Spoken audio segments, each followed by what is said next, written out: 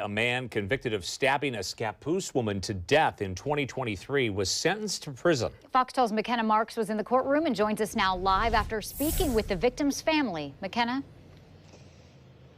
Yeah, well, Nora, Derek Welter murdered Rhiannon Meyer at her home in Scappoose back in 2023, and today he was sentenced to 25 years in prison. Now, I spoke to Meyer's family, who tell me that it doesn't matter how much time Welter spends behind bars, it will never feel like enough. Now, 32-year-old Derek Welter was convicted of Meyer's murder after changing his plea in March to no contest to several counts. He was sentenced to 25 years in prison in Columbia County Court on Wednesday. Welter was homeless prior to the murder, and Meyer was letting him shower and do laundry at her home. But on December 19th, 2023, Welter attacked Meyer in her kitchen and stabbed her to death.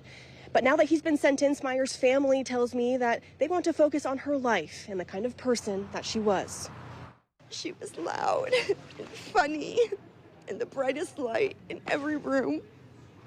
And the world's a darker place without her in it. I want people to know that she was just such a nice and giving person, and she just wanted everyone to be happy and just everything to be good for everybody. But I also want to continue to make sure that my mom is never forgotten and that her story gets told.